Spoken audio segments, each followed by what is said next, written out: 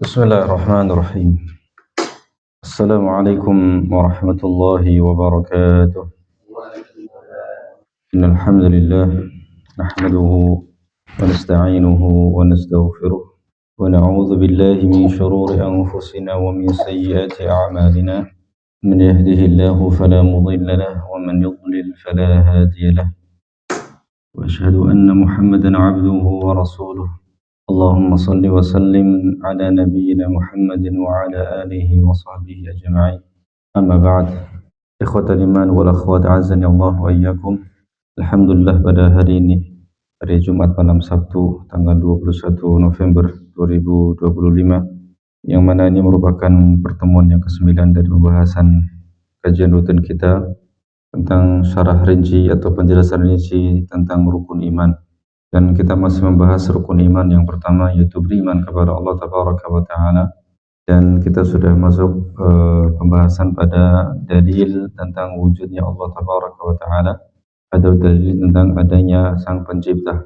Pada pertemuan yang lalu kita sudah sampai pada pembahasan dalil fitrah, bahwa dalil tentang eksistensi Tuhan atau keberadaan pencipta ini dengan dua dalil. Yang pertama dalil fitrah, ini sudah kita bahas. Kemudian yang kedua adalah dalil akal, ya, tentang ayat-ayat Allah, atau tentang memikirkan tentang ayat-ayat Allah atau makhluk-makhluknya, ya, bahwa selain dengan dalil fitrah, eksistensi atau wujudnya Allah Tabaraka wa Ta'ala juga bisa diketahui dengan dalil akal, yaitu dengan mencerna, mentadaburi dan merenungi makhluk-makhluk Allah Tabaraka wa Ta'ala atau ciptaan-ciptaan Allah Subhanahu wa Ta'ala di alam semesta ini, ya.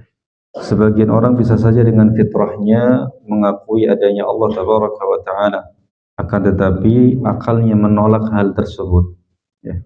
Kenapa demikian? Karena banyaknya syubhat yang masuk ke dalam pikirannya atau otaknya, ya. Dan dalil akal yang menunjukkan adanya Allah Tabaraka wa Ta'ala itu banyak, ya. Namun secara umum dalil-dalil akal itu selalu akan dibangun dengan ilmu-ilmu dasar yang tidak bisa ditolak. Sebagaimana ilmu-ilmu dasar ini juga menjadi, ya, bukti-bukti dalil fitrah, maka dalil akal pun ini dibangun dengan ilmu-ilmu dasar yang tidak bisa ditolak, yang mana ilmu-ilmu dasar ini bisa diketahui oleh seorang tanpa melalui pengamatan, ya. Seperti ilmu dasar tentang sebab akibat, hubungan antara sebab dan akibat. Ketika ada akibat maka mesti ada sebab, ya. Ini adalah ilmu dasar yang setiap kita tidak bisa menolaknya, ya. Dan juga ilmu dasar bahwa at-tarjih bi ghairi murajjih ini la yumkin, ya, merajihkan sesuatu tanpa sebab ini tidak mungkin, ya.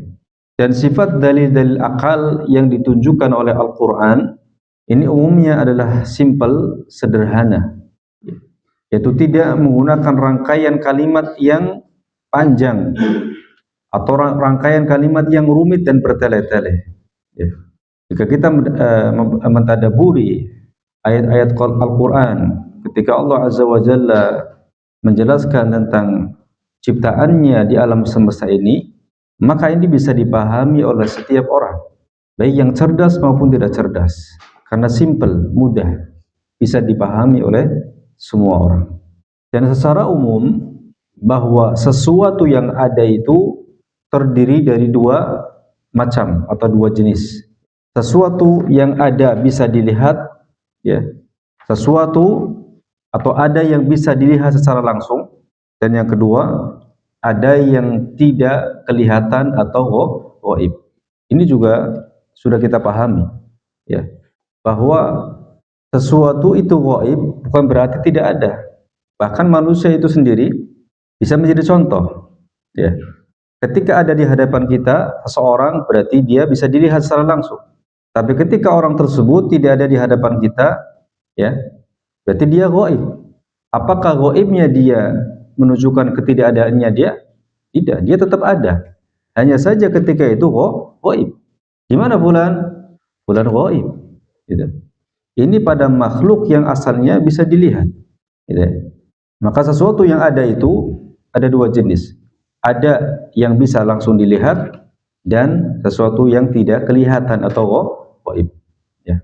Apalagi kemudian sesuatu yang memang asalnya adalah gaib. Ya. Sesuatu yang mana manusia tidak melihatnya. Ya. Dan banyak. Ya. Di antaranya adalah Tuhan Sang Pencipta, Allah Subhanahu wa Ta'ala. Ya. Gaib. Adapun yang kelihatan, ya, sesuatu yang kelihatan, maka keberadaannya bisa diketahui dengan melihatnya secara langsung. Ya. Adapun yang tidak kelihatan atau gaib, maka keberadaannya bisa diketahui dengan pengabaran atau dengan cara, ya, melihat kepada dampak atau asar keberadaan sesuatu yang gaib tersebut.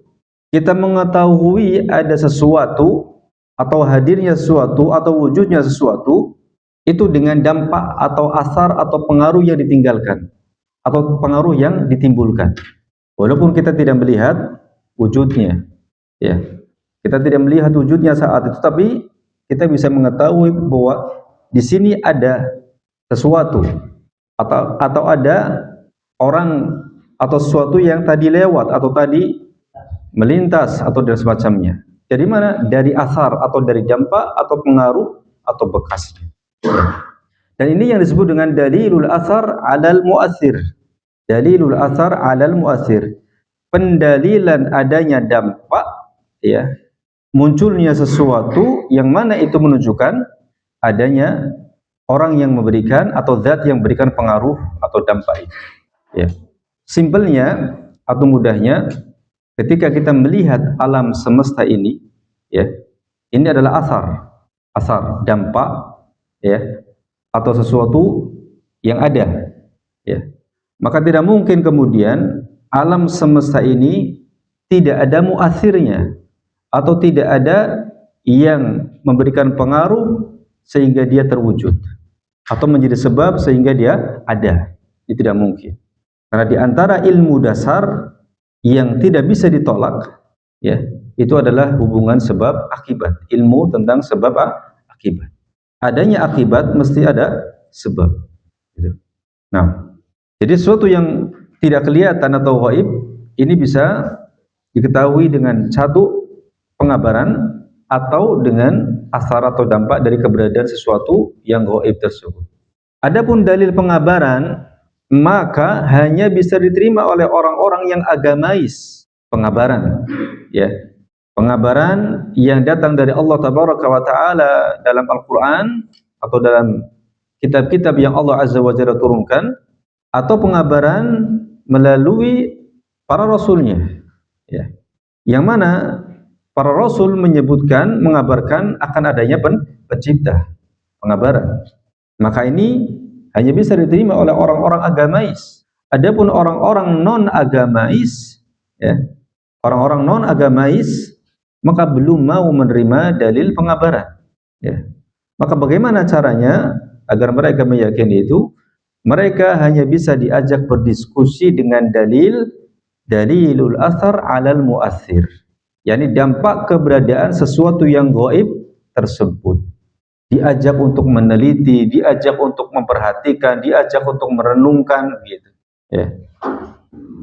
Makanya di pertemuan yang sebelumnya kita sampaikan bahwa ketika seorang sudah dengan fitrahnya meyakini adanya pencipta, tidak ada keraguan sama sekali pada dirinya, kemudian dia tetap menempuh jalan untuk mengadakan perenungan, pengamatan, penelitian terhadap dalil-dalil akal tentang ayat-ayat Allah Azza wa Jalla atau makhluk Allah Subhanahu wa Ta'ala, maka ini akan semakin mengokohkan keyakinannya yang pertama tadi, gitu. Keyakinan tentang wujudnya Allah Azza wa Jalla atau wujudnya sang pencipta, ya. Ini kita sedang membahas tentang wujudnya sang pencipta dulu, ya. Hatta kaum musyrikin yang meyakini adanya Tuhan-Tuhan yang banyak, itu tetap meyakini di sana ada satu Tuhan yang memiliki kekuatan yang lebih, gitu. Nah, setelah pembahasan ini baru kemudian nanti ada pembahasan tentang bahwa sang pencipta tersebut adalah satu. Ya. Dalil tentang tauhid rububiyah. Ya. Baik.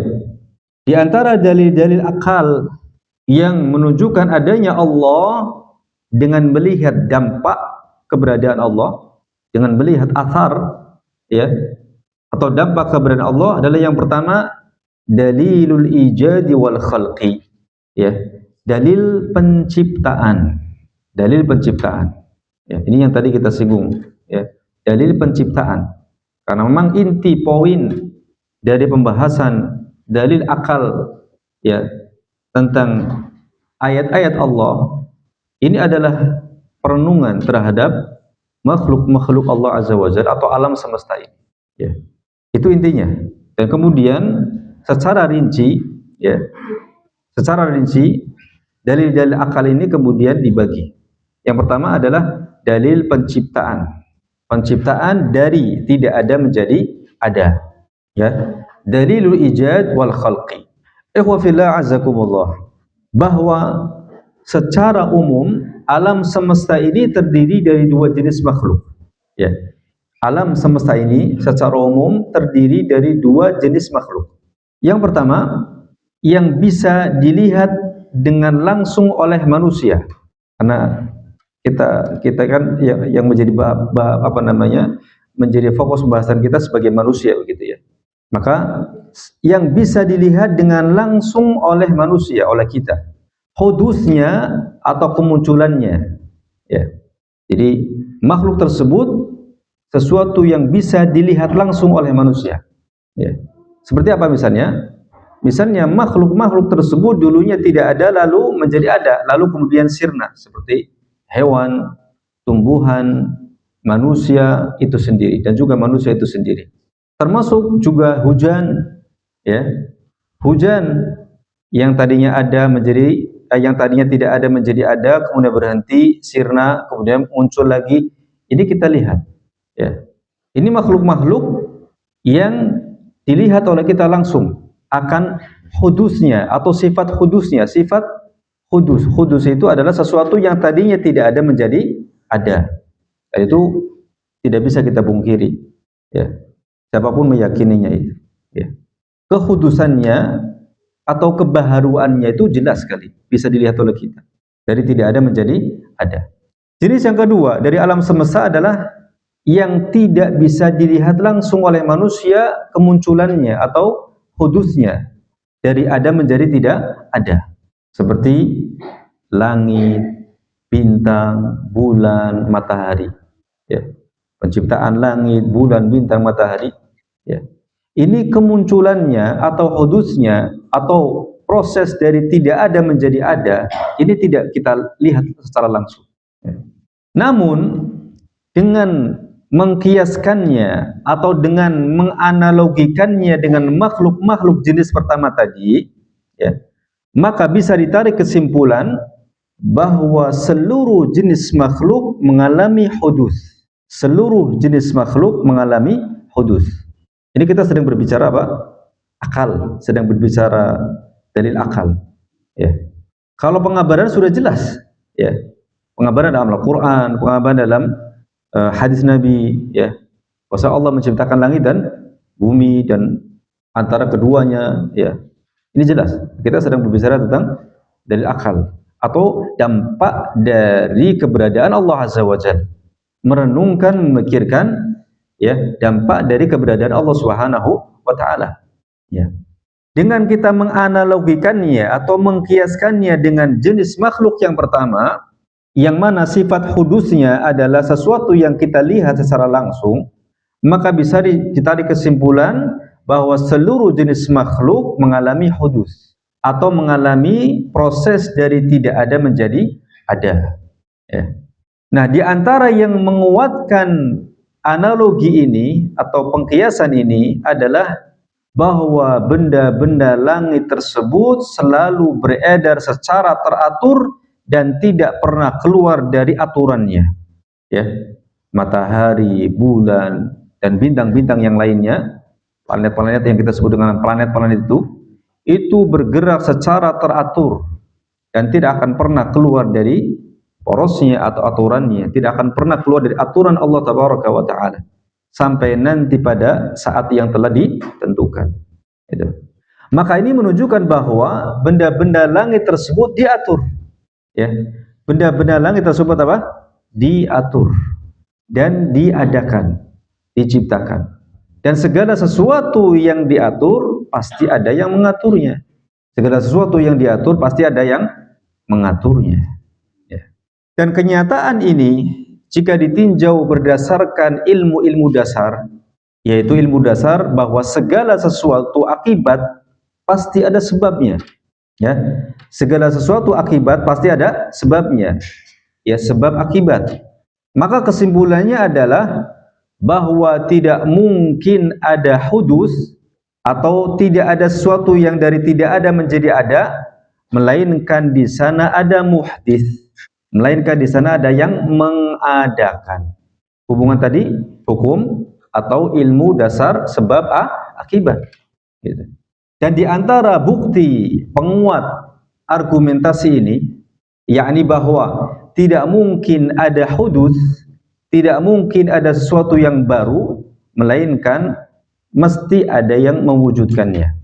Apa di antara bukti penguatnya? Di antara bukti penguatnya adalah bahwa manusia itu tidak mampu menciptakan seperti ciptaan Allah. Memang Allah berikan kemampuan kepada manusia untuk membuat sesuatu, membuat meja, membuat kursi, membuat pesawat, membuat motor, ya, membuat bangunan, ya.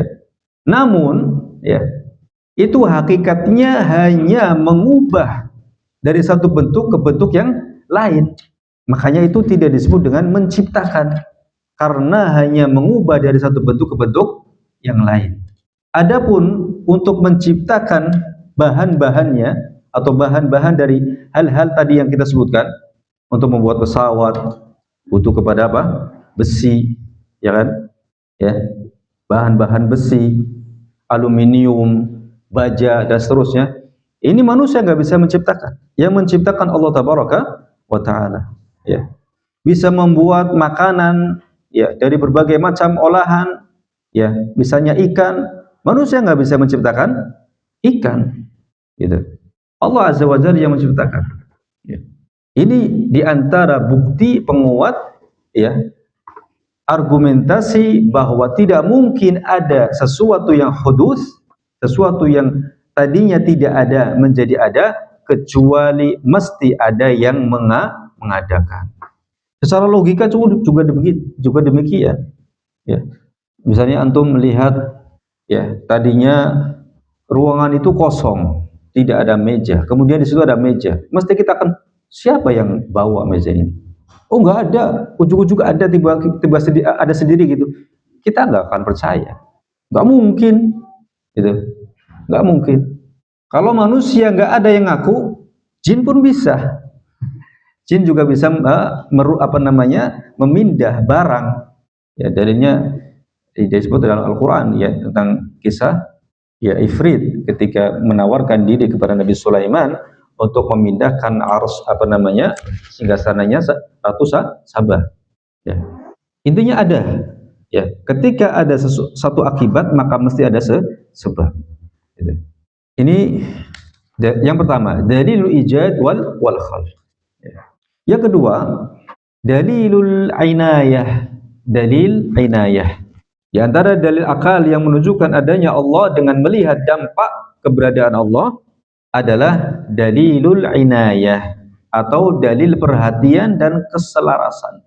Dalil perhatian dan keselarasan.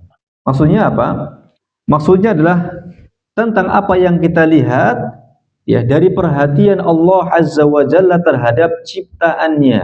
Nah, setelah Allah Azza wa Jalla menciptakan, maka kemudian Allah Azza wa Jalla pun memberikan perhatian. Memberikan apa? Perhatian. Terutama kepada manusia. Kita melihat keselarasan antara alam semesta dengan kondisi manusia. Karena memang semua yang Allah ciptakan di alam semesta ini, ya, hikmahnya adalah untuk menjadi sesuatu yang menjadi kebutuhan manusia, ya, untuk mereka beribadah kepada Allah Tabaraka wa Ta'ala, untuk mereka hidup di dunia ini, ya. Ada keselarasan antara alam semesta dengan kondisi manusia. Pun demikian keselarasan antara makhluk yang satu dengan yang lainnya, ya. Yang mana semua ini tidak mungkin terjadi kecuali ada yang memberikan perhatian dan menciptakan keselarasan tersebut, ya. Contohnya, ya, pada alam semesta, ya, ada malam dan siang, ya. Kemudian malam Allah jadikan sebagai waktu istirahat, waktu tidur, waktu rehat. Kemudian siangnya digunakan atau dijadikan oleh Allah untuk apa? Bekerja, mencari maisha, dan itu selaras. Kalau kita mencoba menyelisihi ini, malam jadi kerja, siang jadi tidur, apa yang terjadi? Tidak terjadi keselarasan, ya. Akan terjadi error, ya. Kita tidur siang 1 jam cukup, tapi kalau malam 1 jam, besoknya oleng. Pasti itu, besoknya apa? Oleng. Ya. Dan itu sudah menjadi sebuah keselaratan sunatullah yang Allah memang ciptakan demikian. Ya. Kemudian adanya matahari dan rembulan. Matahari dan rembulan. Matahari di siang hari, rembulan di malam hari, gitu ya. Kemudian matahari itu panas sinarnya, sedangkan rembulan tidak, ya. Ada keselarasan, ya. Adanya musim-musim, ada musim panas, musim dingin, musim panas, musim dingin, musim gugur, ya. Musim semi, ya, kalau di kita musim kemarau, musim hujan, ya. Adanya sungai, laut, hewan-hewan yang mudah dikonsumsi serta dipelihara dan seterusnya, yang semua itu ternyata selaras dengan kondisi manusia, ya. Ibnu Rushd memberikan gambaran tentang dalil ini, yaitu dalil perhatian dan keselarasan Allah Tabaraka wa Ta'ala terhadap ciptaannya. Beliau mengatakan, jika seseorang melihat kepada sesuatu yang real, ternyata ia telah diletakkan dengan bentuk tertentu, ukuran tertentu, pas dengan manfaat yang diperlukan, sesuai dengan tujuan yang diharapkan. Yang sekiranya tidak diletakkan dengan kondisi demikian, atau diubah kondisinya, niscaya tidak akan tercapai manfaat yang diharapkan, ya. Sering kita mendengar contoh-contoh itu, ya, misalnya menempatkan hidung dalam kondisi seperti ini, ya, dalam kondisi seperti ini yang kita lihat saat ini, ya, lubangnya dalam kondisi ke bawah, gitu kan. Kalau seandainya ke atas, ya, atau mungkin ukurannya tidak sesuai dengan apa yang Allah ciptakan, maka akan terjadi ketidakselarasan, ya. Maka tentu orang itu meyakini bahwa semua kondisi, ukuran, dan bentuk tersebut tidak mungkin terjadi dengan tiba-tiba dan dengan sendirinya. Ini banyak hal, dan kita bisa mencontohkan apa saja makhluk ciptaan Allah Azza wa Jal, maka seperti itulah keselarasannya, ya. Perhatian Allah Azza wa Jal, di mana dia tinggal, bagaimana dia melindungi dirinya, ya, sesuai dengan kondisinya masing-masing, ya. Kita berikan contoh pada pertemuan yang lalu itu seekor unta, yang mana hewan unta ini adalah hewan yang secara khusus Allah Azza wa Jalla perintahkan kita untuk merenungi. Afala yanzuruna ilal ibili kaifa khuliqat, ya. Apakah mereka tidak melihat bagaimana unta itu diciptakan sesuai dengan tempat hidupnya, sesuai dengan fungsinya, sesuai dengan manfaatnya, yaitu kuat bertahan di tengah-tengah padang pasir sampai 1 bulan nggak minum atau melakukan perjalanan, yang mana itu nggak bisa ditempuh oleh hewan yang lain, gitu. Ini nggak mungkin sesuatu yang terjadi tiba-tiba saja tanpa ada yang menciptakan, tanpa ada yang memberikan perhatian, gitu, agar sesuai, agar cocok, agar selaras. Enggak mungkin, mesti ada yang menciptakan, ya. Jangankan berbicara tentang hewan yang besar seperti itu, ya. Allah telah menantang kita untuk menciptakan seekor lalat saja, bisa enggak? Enggak bisa, ya. Seperti apa organ tubuhnya? Jangan lalat terlalu gede, yang kecil lagi, semut lagi, Ada yang lebih kecil lagi yang nggak bisa kelihatan kecuali dengan apa? Alat mikroskop dan semacamnya. Subhanallah. Ya, ini semakin meyakinkan kita bahwa itu semua tidak mungkin terjadi dengan sendirinya tanpa ada yang memberikan keselarasan, perhatian, ya, sesuai dengan ya tempat hidupnya, ukurannya, ya, ukurannya segitu ya memang seperti itulah, ya.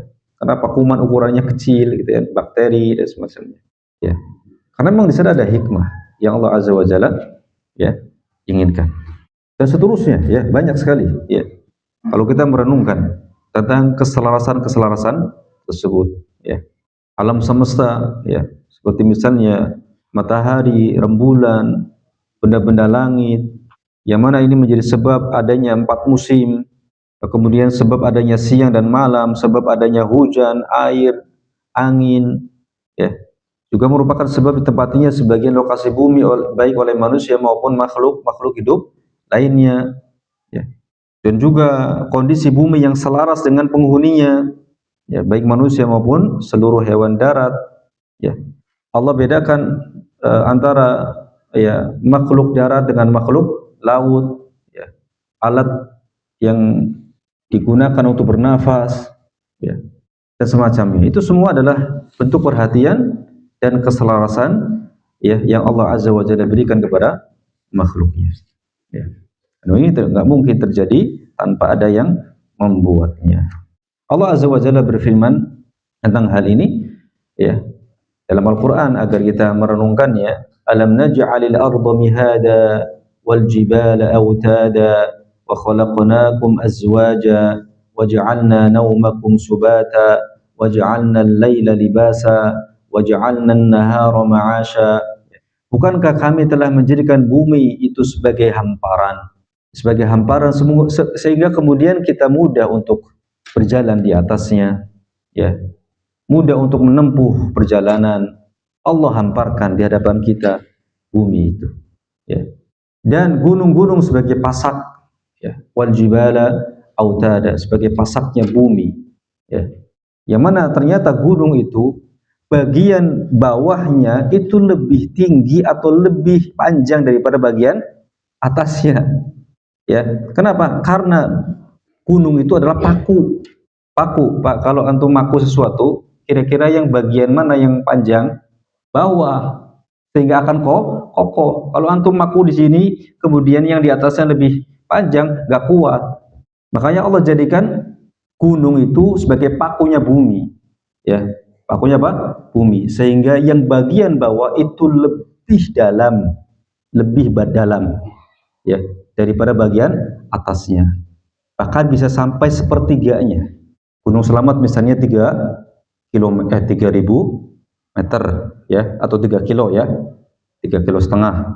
Maka bagian ke bawahnya bisa 3 kali lipat dari atasnya, ya. Ke bawahnya lebih dalam, ya. Baik gunung yang ada di darat ataupun gunung yang ada di lautan. Karena apa? Karena gunung-gunung itu adalah paku, ya. Maka namanya paku, ya.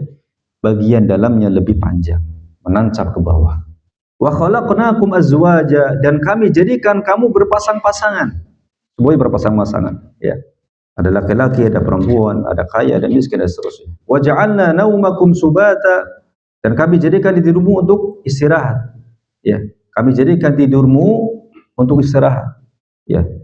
Capek tidur, bangun-bangun seger. Udah mulai kondisi enggak apa namanya?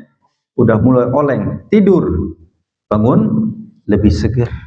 Wa ja'alna naumakum subata, kami jadikan, ya, tidurmu itu untuk istirahat. Maka di antara pengaruh obat itu, Pak, kalau antum minum obat disuruh apa? Tidur.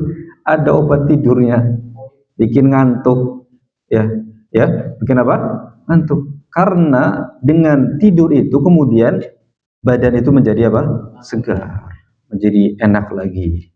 Maka berapa banyak orang yang nggak bisa tidur, beli obat tidur, ya. Wa ja'alna naumakum subata, kami jadikan tidurmu itu untuk istirahat, ya. Wa ja'alna al-laila libasa, dan kami jadikan malam sebagai pakaian. Wa ja'alna al-laila libasa. Ya. Wa ja'alna an-nahara ma'asha, dan kami jadikan siang itu untuk mencari penghidupan. Ya, wa banaina fawqakum sab'an shidada, dan kami bina di atas kamu 7 buah langit yang kokoh. Ya. Allah bangunkan Allah bina ya di atas kita 7 buah langit yang kokoh dan seterusnya. Ya.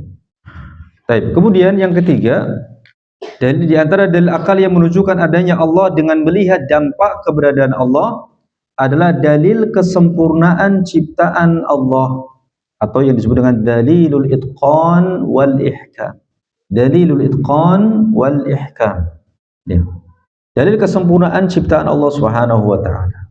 Sebetulnya ya, dalil yang ketiga ini adalah cabang dari dalil yang sebelumnya, yaitu dalilul inayah, atau dalil perhatian dan keselarasan Allah Tabaraka wa taala terhadap makhluknya.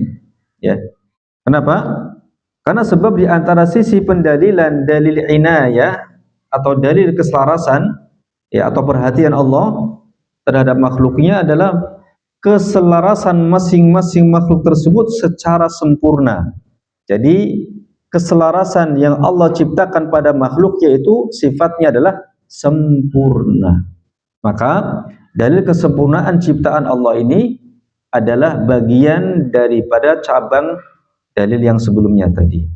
Ya.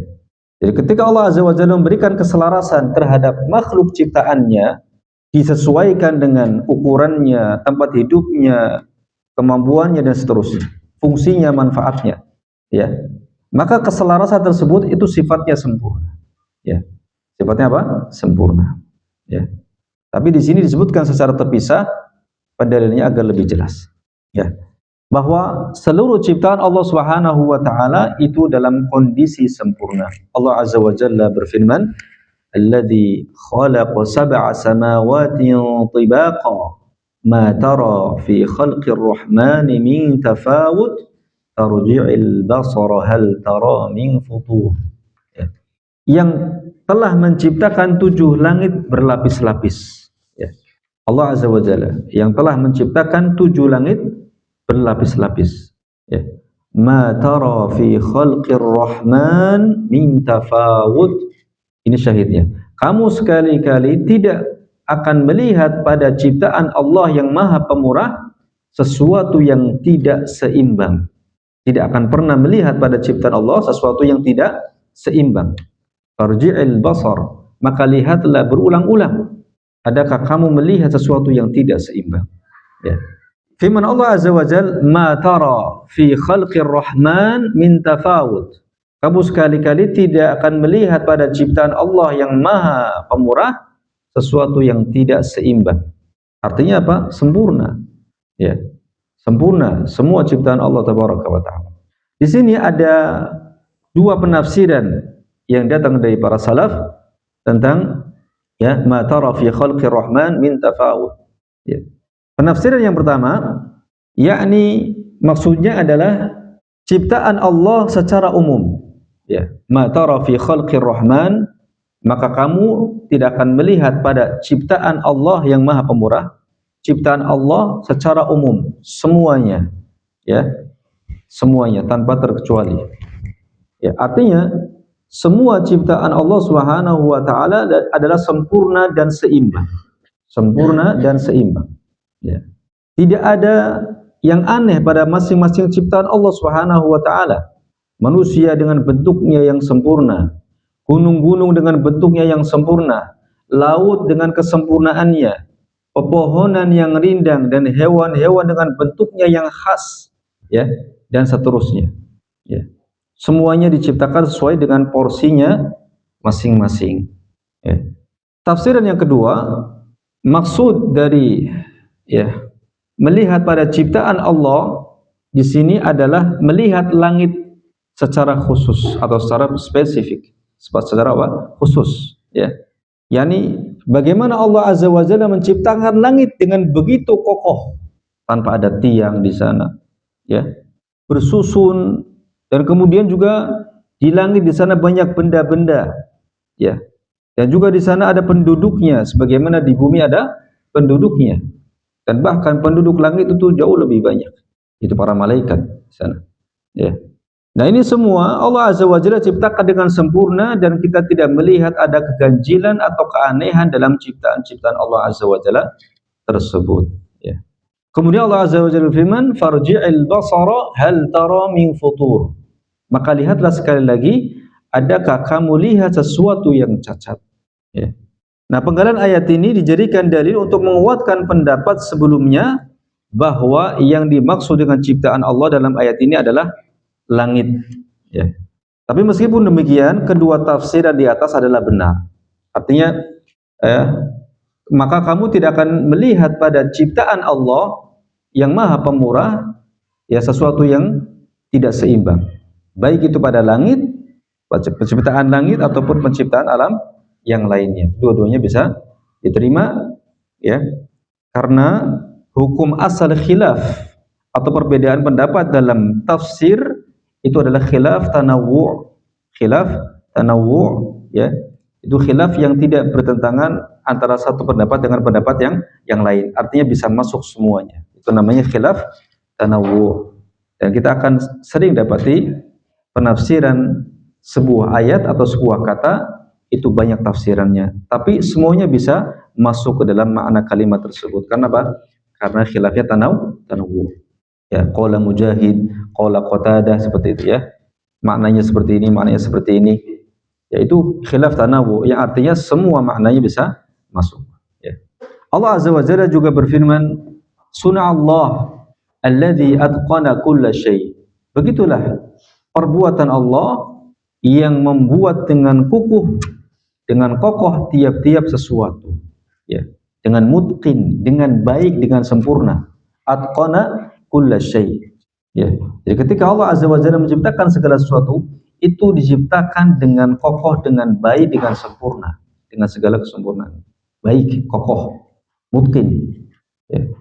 Dan juga Allah berfirman, "Alladzi ahsana kulla syai'in khalaqah." Yang membuat segala sesuatu yang Dia ciptakan sebaik-baiknya.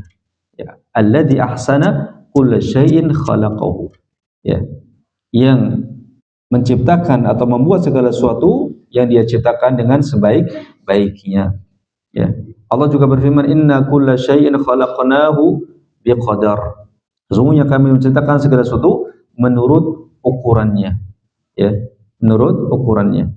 Wa khalaqa kulla syai'in faqaddarahu taqdira. Dan Dia telah menciptakan segala sesuatu dan Dia menetapkan ukuran-ukurannya dengan serapi-rapinya. Ya. Termasuk adanya perubahan ya, termasuk adanya perubahan bentuk manusia dari awal sampai sekarang. Yang mana Nabi Adam alaihissalam ya, bapak moyang kita Adam alaihissalam disebutkan dalam hadis yang sahih itu tingginya situna dzira'an, 60 dzira'. 60 dzira'. Satu dzira' itu berapa senti? Satu dzira' ini ya? Ini setengah meter kurang lebih ya. Ya. Berarti kalau situna dzira'an berarti kurang lebih berapa? 30 meter. Itu penciptaan jasad ya, jism Nabi Adam alaihissalam. Kemudian semakin ke sini seperti ini. Ya. Dan ini sesuai dengan hikmah, ya, sesuai dengan hikmah. Ya, kesempurnaan hikmah Allah tabaraka wa taala. Ya. Segini aja banyak orang rebutan atau sengketa tanah ya. Ya, sengketa tanah, rebutan tanah. Ini segini, gimana kalau 30 meter? Subhanallah ya. Ya, semuanya sesuai dengan ukuran ya. Cukuplah ya. Dengan ukuran badan segini ya, ukuran berapa meter ya. Ukur apa? Tipe 21 itu berapa? Ya? 60 meter ya. Ya 60 meter, 72 meter cukup ya. Kalau 30 meter enggak cukup itu.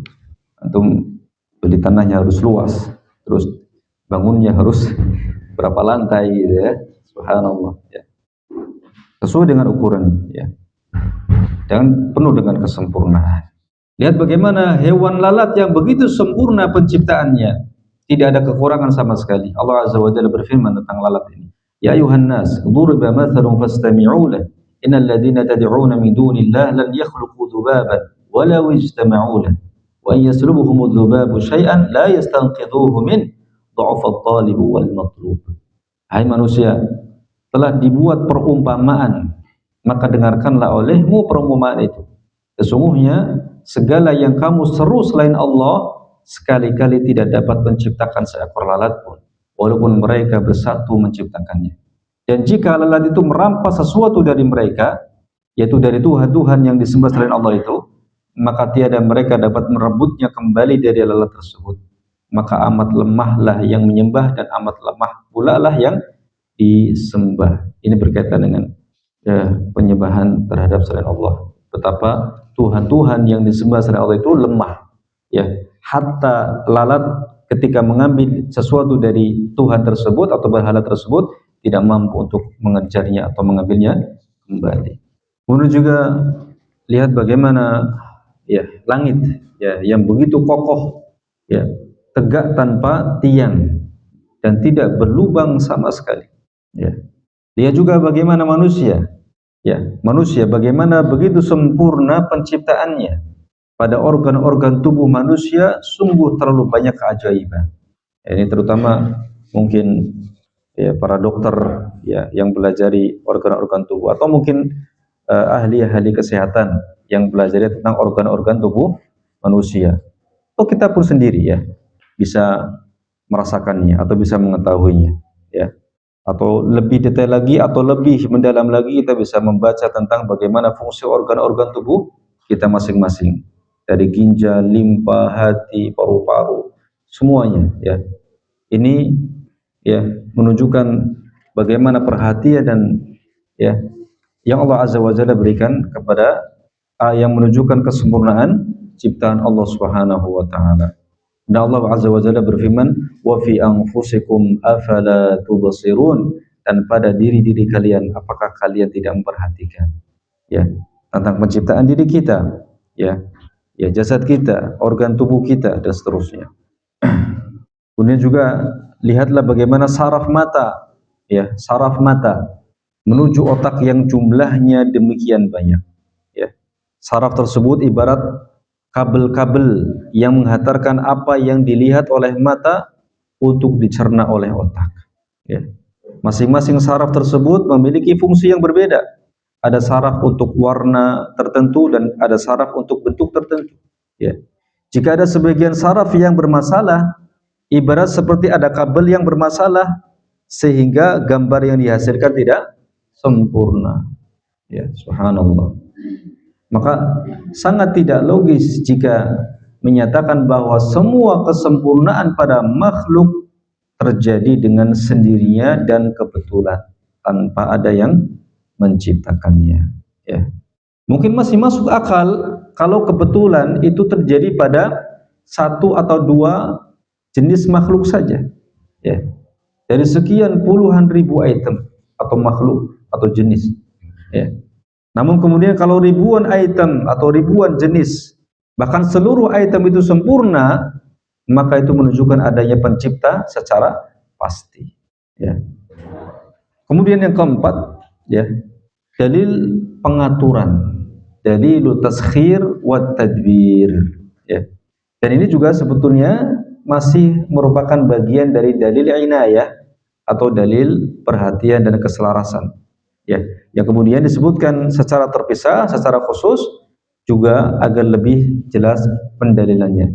Sisi pendalilannya apa? Dalil pengaturan, ya, bahwa tunduknya alam semesta dengan aturan-aturan alam yang kita sebut dengan as-sunan al-kauniyah, ya, as-sunan al-kauniyah, ya. Dan sama sekali tidak bisa keluar dari aturan-aturan tersebut, menunjukkan adanya pencipta yang membuat dan menjalankan aturan-aturan alam itu, ya. Kita bisa memperhatikan bagaimana pergerakan matahari, pergerakan bulan, pergerakan bintang-bintang di langit yang senantiasa istiqomah, yang senantiasa konsisten dari sejak dulu kala sampai sekarang dan akan terus sampai nanti tegaknya hari kiamat. Semuanya tunduk, ya semuanya tunduk, ya di bawah perintah Allah tabaraka wa taala. Ya. Allah azza wa jalla berfirman, "Wasyamsa wal qamar wan nujumu musakhkharatin bi amri, ala lahul khalq wal amr, tabarakallahu rabbul alamin." Ya.